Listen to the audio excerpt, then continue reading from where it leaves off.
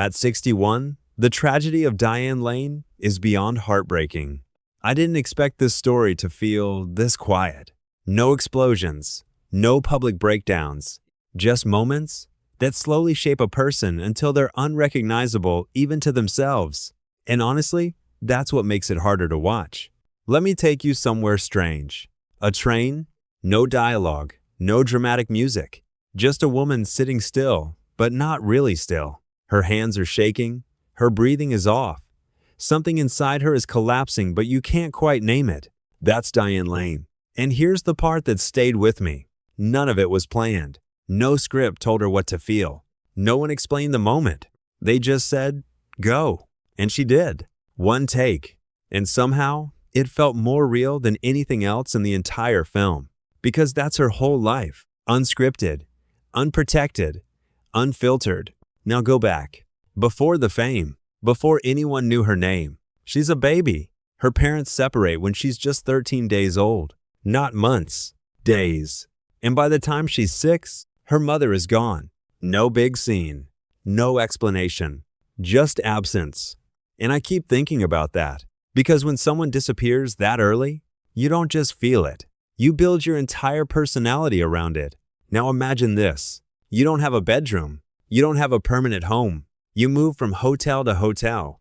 Every day feels temporary. And instead of stability, you're sitting in the front seat of your father's taxi, listening, watching, trying to understand a world that doesn't feel safe yet. And I didn't expect this detail to matter so much. But it does. Because that's where she learned everything. Not in school, not on a set, but in silence. Observing, adapting, learning that if you want stability, you'll probably have to create it yourself. Now jump forward. She's 13, standing on a film set with Laurence Olivier. And instead of shrinking, she stands her ground. And he notices, calls her the next Grace Kelly. And just like that, Hollywood locks her into a role, not just in movies, in life. The beautiful one, the calm one, the dream. But here's the part nobody talks about. That version of her, it wasn't complete. Because while everyone else was watching her rise, she was still trying to figure out who she even was. Now suddenly, she's everywhere, working with Francis Ford Coppola, magazines, interviews, big roles.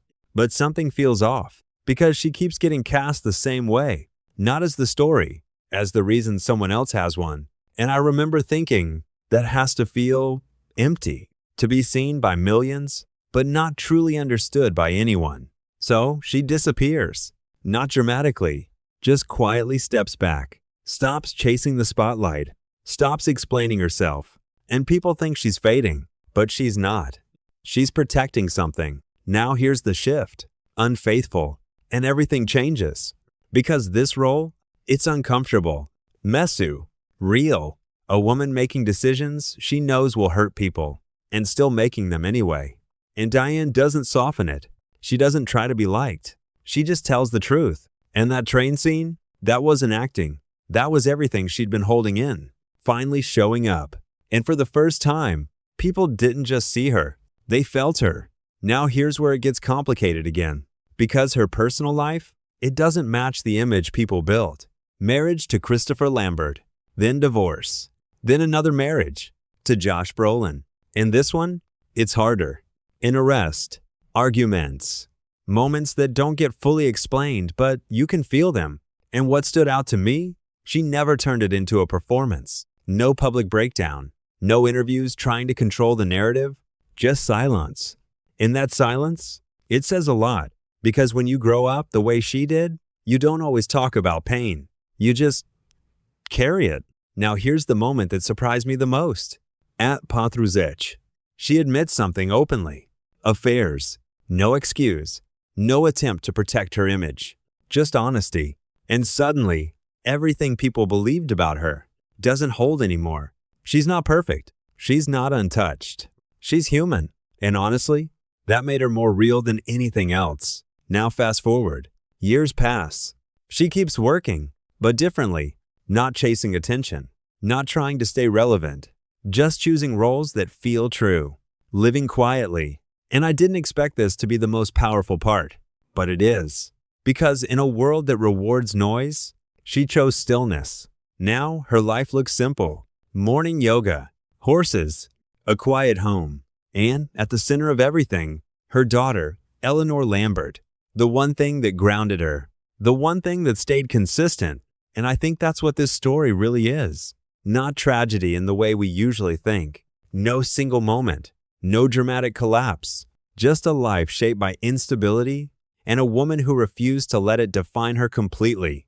Because in the end, Diane Lane didn't become strong by choice. She became strong because she had to.